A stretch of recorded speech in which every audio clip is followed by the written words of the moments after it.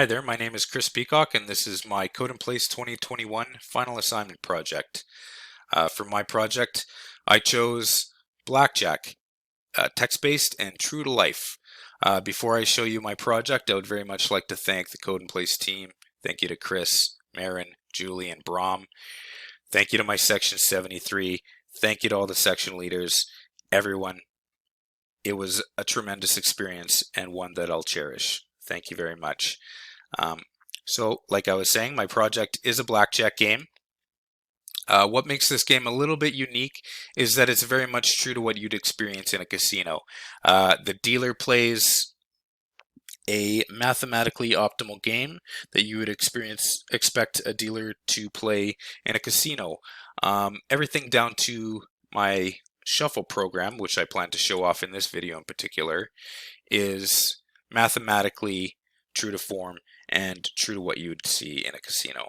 I don't have the time to show you all the functions in my program, but as you can see, it's running right here. We have 20 points based on our Jack of Hearts and 10 of Hearts, so we're going to stand pat here. The dealer's going to play his hand. As you can see, the dealer's forced to stop at 17, and we've won the hand as a result, and we collect the chip stack.